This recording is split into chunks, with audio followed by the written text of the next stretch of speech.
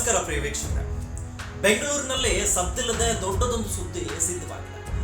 ಕೆಲ ವರ್ಷಗಳ ಹಿಂದೆ ನೀವು ದೆಹಲಿಯ ಜವಾಹರ್ಲಾಲ್ ನೆಹರು ಯೂನಿವರ್ಸಿಟಿಯಲ್ಲಿ ತುಕಡೆ ತುಕಡೆ ಗ್ಯಾಂಗ್ ಬಗ್ಗೆ ಕೇಳಿರ್ತೀರ. ಭಾರತ್ ತೆರೆ ತುಕಡೆ ಹೊಂಗೆ ಎಂಬ ದೇಶ ವಿರೋಧಿ ಘೋಷಣೆಗಳ ಬಗ್ಗೆ ಸಾಕಷ್ಟು ಚರ್ಚೆ ಆಗಿತ್ತು.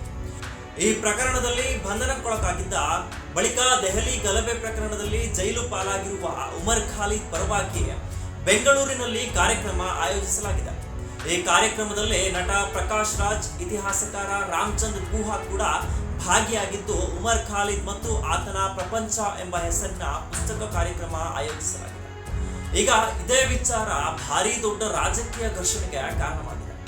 ಇದರ ಹಿಂದಿನ ವಿವರವನ್ನ ನಾನು ನಿಮಗೆ ಸಂಪೂರ್ಣವಾಗಿ ಹೇಳ್ತೀನಿ. ಅದಕ್ಕೂ ಮೊದಲು ನಮ್ಮ ಚಾನೆಲ್ ಅನ್ನ ಸಬ್ಸ್ಕ್ರೈಬ್ ಮಾಡಿ, ಸ್ಟೋರಿ ಇಷ್ಟವಾದ್ರೆ ಲೈಕ್ ಮಾಡಿ, ಶೇರ್ ಮಾಡಿ, ಕಮೆಂಟ್ ಮಾಡಿ, ನಿಮ್ಮ ಅಭಿಪ್ರಾಯವನ್ನು ತಿಳಿಸಿ. Welcome to Mojo 9. ನಾನು ಭರತ್ ಪ್ರಭಾರಿ. ಉಮರ್ ಖಾಲಿದ್ ವಿರುದ್ಧ ಮೊದಲಿನಿಂದಲೂ ಸಹ ಹೋರಾಡುತ್ತಿರುವಂತಹ ಬಿಜೆಪಿ ಈಗ ಬೆಂಗಳೂರಿನ ಕಾರ್ಯಕ್ರಮಕ್ಕೂ ಕೂಡ ತೀವ್ರ ವಿರೋಧ ವ್ಯಕ್ತಪಡಿಸಿದೆ. ಅಷ್ಟೇ ಅಲ್ಲ, ಬೆಂಗಳೂರು ಪೊಲೀಸ್ ಆಯುಕ್ತ ಸೀಮಂತ್ ಕುಮಾರ್ ಸಿಂಗ್ ಅವರನ್ನ ಭೇಟಿಯಾಗಿ ಕಾರ್ಯಕ್ರಮ ನಿರ್ಬಂಧಿಸುವಂತೆ ಹೇಳಿದೆ. ಹೀಗಾಗಿ ಖಲೀದ್ ವಿಷಯ ಬಿಜೆಪಿ ಹಾಗೂ ಎಡಪಂಥೀಯ ಚಿಂತಕರ ನಡುವೆ ಹೊಸದೊಂದು ಘರ್ಷಣೆಗೆ ಕಾರಣವಾಗಿದೆ. ಇಷ್ಟಕ್ಕೂ ನಾವು ಸ್ಟೋರಿಯನ್ನ ಇನ್ನಷ್ಟು ವಿವರವಾಗಿ ಹೇಳೋಕೆ ಪ್ರಯತ್ನಿಸ್ತೇವೆ. ಬಿಜೆಪಿ ಖಲೀದ್ಗೆ ಇಷ್ಟೊಂದು ವಿರೋಧ ವ್ಯಕ್ತಪಡಿಸ್ತಾ ಇರುವುದಿಲ್ಲ. ಆತ ಕೇವಲ ಎಡಪಂಥೀಯ ಸಿದ್ಧಾಂತದ ಪರ ಇದ್ದ ಎಂಬ ಕಾರಣಕ್ಕೆ ಮಾತ್ರವೇ ಈ ವಿರೋಧ, ಅಥವಾ ಇದರ ಹಿಂದೆ ರಾಜಕೀಯ ಕಾರಣ ಇದೆ? ಈ ಪ್ರಶ್ನೆಗೆ ಉತ್ತರ ಹುಡುಕಬೇಕಾದ್ರೆ ನಾವು ಮೊದಲು ಉಮರ್ ಖಾಲಿದ್ನ ಬ್ಯಾಕ್ಗ್ರೌಂಡ್ ಅನ್ನು ನೋಡ್ಕೊಂಡ್ಬರೋಣ.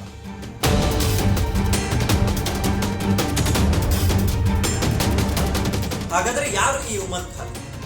ಖಾಲಿದ್ ಬಗ್ಗೆ ನೀವು ಆಗಾಗ ಟಿವಿಯಲ್ಲಿ ನೋಡಿರ್ತೀರಿ ಅಥವಾ ಪೇಪರ್ನಲ್ಲಿ ಓದಿರ್ತೀರಿ. ಈತ 1987 ಆಗಸ್ಟ್ 11 ಡೆಲ್ಲಿಯ ಜಾಮಿಯಾ ನಗರದಲ್ಲಿ ದೆಹಲಿ ಯೂನಿವರ್ಸಿಟಿಯಲ್ಲಿ ಹಿಸ್ಟರಿಯಲ್ಲಿ BA ಮಾಡಿದ ಬಳಿಕ ಜವಾಹರ್ಲಾಲ್ ನೆಹರು ಯೂನಿವರ್ಸಿಟಿಯಲ್ಲಿ MA MPhil ಮಾಡಿ ಜಾರ್ಖಂಡ್ ಆದಿವಾಸಿಗಳು ಮತ್ತು ವಸಾಹತುಶಾಹಿ ವಿಷಯದಲ್ಲಿ PhD ಮಾಡಿದ. ವ್ಯಾಸಂಗದ ವೇಳೆಗೆ JNU ವಿದ್ಯಾರ್ಥಿ ಸಂಘಟನೆಯಲ್ಲಿ ಸಕ್ರಿಯವಾಗಿ ತೊಡಗಿಸಿಕೊಂಡಿದ್ದ ಖಾಲಿದ್ ಎಡಪಂಥೀಯ ಸಂಘಟನೆಗಳ ಜೊತೆಗೆ ನೆಟ್ವರ್ಕ್ ಹೊಂದಿದ್ದ. United August hate, mob lynching ವಿರೋಧಿ ಹೋರಾಟ, CAA ವಿರೋಧಿ ಹೋರಾಟದಲ್ಲಿ ತೊಡಗಿಸಿಕೊಂಡಿದ್ದ. ಹೀಗೆ ಸುಶಿಕ್ಷಿತನಾಗಿದ್ದ ಉಮರ್ ಖಾಲಿದ್ ವಿರುದ್ಧ ನೋಡುತ್ತಲೇ ಕೆಲ ವಿವಾದಗಳು. 2016 ಫೆಬ್ರವರಿ 9 JNUನಲ್ಲಿ ಉಗ್ರ ಅಫ್ಜಲ್ ಗುರು ಹಾಗೂ ಮುಕ್ಬಲ್ ಭಟ್ಗೆ ನೇಣು ಹೋಗುವುದನ್ನು ವಿರೋಧಿಸಿ ಎಡಪಂಥೀಯ ವಿದ್ಯಾರ್ಥಿ ಸಂಘಟನೆಗಳು ಹೋರಾಟ ನಡೆಸಿವೆ. ಈ ಪ್ರತಿಭಟನೆ ವೇಳೆ ಭಾರತ್ ತೆರೆ ತುಕಡೆ ತುಕಡೆ ಹೊಂಗೆ ಎಂಬ ಪದಗಳನ್ನ ಘೋಷಣೆಯಲ್ಲಿ ಬಳಸಲಾಗಿತ್ತು ಎಂಬುದು ಆರೋಪ. ಈ ಪ್ರತಿಭಟನೆಯಲ್ಲಿ ಭಾಗಿಯಾಗಿದ್ದ ಕನಯ್ಯ ಕುಮಾರ್ ಜೊತೆ ಉಮರ್ ಖಾಲಿದ್ ವಿರುದ್ಧವೂ ದೇಶದ್ರೋಹದ ಕೇಸ್ ದಾಖಲಾಗಿತ್ತು. ಕೆಲಕಾಲ ಖಾಲಿದ್ ಭೂಗತವಾಗಿ ಪೊಲೀಸರಿಂದ ಬಂಧನಕ್ಕೊಳಗಾಗಿದ್ದ. ಇನ್ನು 2018 ಮಹಾರಾಷ್ಟ್ರ ಭೀಮಾ ಕೊರೆಗಾಂವ್ನಲ್ಲಿ ಗಲಭೆಯಾಗಿತ್ತು. ಅದಕ್ಕೂ ಮೊದಲು ಖಾಲಿದ್ ಆ ಭಾಗದಲ್ಲಿ ಭೀಮಾ ಕೊರೆಗಾಂವ್ ಹೋರಾಟದ 200 ವರ್ಷದ ನೆನಪಿಗೆ ಎಲ್ಗರ್ ಪರಿಷತ್ ನಡಿಯಲ್ಲಿ ಪ್ರಚೋದನಕಾರಿ ಭಾಷಣ ಮಾಡಿ ಗಲಭೆಗೆ ಕಾರಣ ಆಗಿದ್ದ ಎಂಬ ಆರೋಪದಲ್ಲಿ ಕೇಸ್ ದಾಖಲಾಗಿತ್ತು. 2020 ಆರಂಭದಲ್ಲಿ ಉಮರ್ ಖಾಲಿದ್ CAA ಮತ್ತು NRC ವಿರೋಧಿ ಹೋರಾಟದಲ್ಲಿ ಸಕ್ರಿಯವಾಗಿ ತೊಡಗಿಸಿಕೊಂಡಿದ್ದ. ಬಳಿಕ ಈಶಾನ್ಯ ದೆಹಲಿಯಲ್ಲಿ ನಡೆದ ಗಲಭೆಯಲ್ಲಿ CAA ವಿರೋಧ ಹೋರಾಟಗಾರರ ಕೈವಾಡ ಇದೆ ಎಂಬುದನ್ನು ಪರಿಗಣಿಸಿ ದೊಡ್ಡ ಷಡ್ಯಂತ್ರದ ಭಾಗವಾಗಿ ಖಾಲಿದ್ ವಿರುದ್ಧ ಉಗ್ರರಿಗೆ ಸಂಪನ್ಮೂಲ ಕ್ರೋಢೀಕರಣ, ಭಯೋತ್ಪಾದಕ ಕೃತ್ಯಗಳು, ಅಕ್ರಮ ಚಟುವಟಿಕೆ, ಷಡ್ಯಂತ್ರದಂತಹ ಕೃತ್ಯಗಳಿಗೆ ದಾಖಲಿಸುವ ಅತ್ಯಂತ ಕಠಿಣ UAPA ಕಾಯ್ದೆಯಡಿ ಗಂಭೀರ ಪ್ರಕರಣವನ್ನ ಪೊಲೀಸರು ದಾಖಲಿಸಿದರು. ಅದರಲ್ಲೂ ಅಮೆರಿಕದ ಅಧ್ಯಕ್ಷ ಡೊನಾಲ್ಡ್ ಟ್ರಂಪ್ ಭಾರತಕ್ಕೆ ಭೇಟಿ ಕೊಟ್ಟಂತಹ ಸಂದರ್ಭದಲ್ಲಿ ರಾಜಧಾನಿಯ ರಸ್ತೆಗಳನ್ನ ಬಂದ್ ಮಾಡಿ ಗಲಭೆ ಚಟುವಟಿಕೆ ಮಾಡುವ ಹುನ್ನಾರ ಇವರದ್ದಾಗಿತ್ತು ಎಂಬುದು ದೆಹಲಿ ಪೊಲೀಸರ ಚರ್ಚೆ.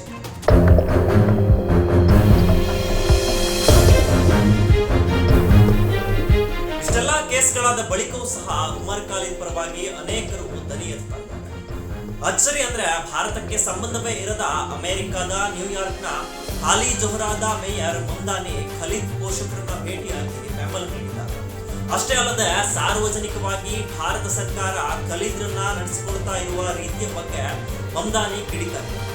ಈಗ ದೇಶಾದ್ಯಂತ ಭಾರತ ಅನೇಕ ಭಾಗದಲ್ಲಿ ಖಾಲಿದ್ ಉಮರ್ ಪರ ಮಾನವ ಹಕ್ಕು ಹೋರಾಟಗಾರರು ದನಿ ಎತ್ತುತ್ತಾ ಇದ್ದಾರೆ. ಕಾರಣ 2020 ಖಾಲಿದ್ ಕೇಸ್ ವಿಚಾರಣೆ ನಡೆಯುತ್ತಿಲ್ಲ ಎಂಬುದು ಈ ಹೋರಾಟಗಾರರು. Amnesty international, global human right ಮತ್ತು ಸಿವಿಲ್ ಸೊಸೈಟಿ ಆರ್ಗನೈಸೇಷನ್ ಎಂಬ ಸಂಸ್ಥೆಗಳು 2025ರಲ್ಲಿ ಒಂದು ಹೆಜ್ಜೆ ಮುಂದೆ ಹೋಗಿ ಕೂಡಲೇ ಬೇಷರತ್ತಾಗಿ ಉಮರ್ ಖಲೀದ್ರನ್ನ ಬಿಡುಗಡೆ ಮಾಡಲೇಬೇಕು ಎಂದು ಪತ್ರಿಕಾ ಪ್ರಕಟಣೆ ಹೊರಡಿಸಿದೆ. ಖಲೀದ್ ಯಾವುದೇ ಹಿಂಸೆಯಲ್ಲಿ ನೇರವಾಗಿ ಭಾಗಿಯಾಗಿಲ್ಲ. ಕೇವಲ ಭಾಷಣ ಮತ್ತು ಡಿಜಿಟಲ್ ಸಾಕ್ಷಿಗಳ ಆಧಾರದಲ್ಲಿ UAPA ಅಂತಹ ಕಠಿಣ ಕಾಯ್ದೆಯ ಮೂಲಕ ಜಾಮೀನು ಸಹ ಮಂಜೂರು ಮಾಡದೆ ವಿಚಾರಣೆ ನೆಪದಲ್ಲಿ ಶಿಕ್ಷೆ ನೀಡಲಾಗ್ತಾ ಇದೆ ಎಂಬುದು ಇಂತಹ ಸಂಘಟನೆಗಳ ವಾದ.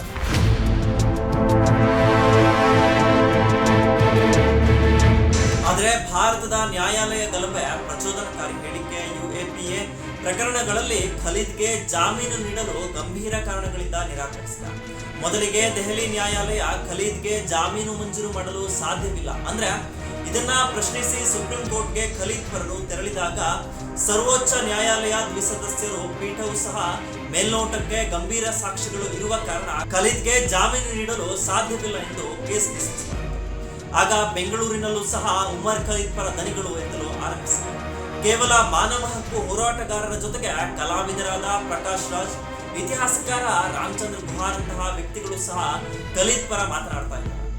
ಇನ್ನೊಂದೆಡೆ ಭಾರತೀಯ ಜನತಾ ಪಾರ್ಟಿ ಖಲೀದ್ಗೆ ಯಾವುದೇ ಕಾರಣಕ್ಕೂ ಕರುಣೆ ತೋರಿಸಬಾರದು, ದೇಶ ವಿರೋಧಿ ಕೃತ್ಯ ಎಸಗಿರುವ ಖಲೀದ್ಗೆ ಯಾಕೆ ಮಾನ್ಯತೆ ಎಂದು ಪ್ರಶ್ನಿಸ್ತಾ ಇದೆ.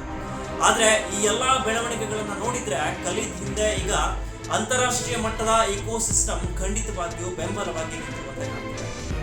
ನ್ಯೂಯಾರ್ಕ್ನ ಮೇಯರ್ನಿಂದ ಹಿಡಿದು ಬೆಂಗಳೂರಿನ ಪ್ರಕಾಶ್ ರಾಜ್ ವರೆಗೂ ಖಲೀದ್ ಬಗ್ಗೆ ಒಂದೇ ದನಿಯಲ್ಲಿ ಮಾತನಾಡ್ತಾ ಇರುವುದು ಮಾನವ ಹಕ್ಕಿನ ಭಾಗವೋ ಅಥವಾ ಎಡಪಂಥದ ಸಿದ್ಧಾಂತದ ಪ್ರೇಮವೋ ಎಂಬುದು ಚರ್ಚೆಯ ವಿಷಯ. ನಾವಿಲ್ಲಿ ಯಾರ ಪರ ಅಥವಾ ವಿರೋಧವನ್ನ ಮಾತನಾಡ್ತಾ ಇಲ್ಲ, ವಿಷಯವನ್ನ ನಿಮ್ಮ ಮುಂದೆ ಇಡುವುದಷ್ಟೇ ನಮ್ಮ ಕೆಲಸ. ಸರಿ ತಪ್ಪುಗಳನ್ನ ನಾವು ನಿಮಗೆ ಇದಾಗಿತ್ತು ಇವತ್ತಿನ ಸ್ಪೆಷಲ್ ಸ್ಟೋರಿ.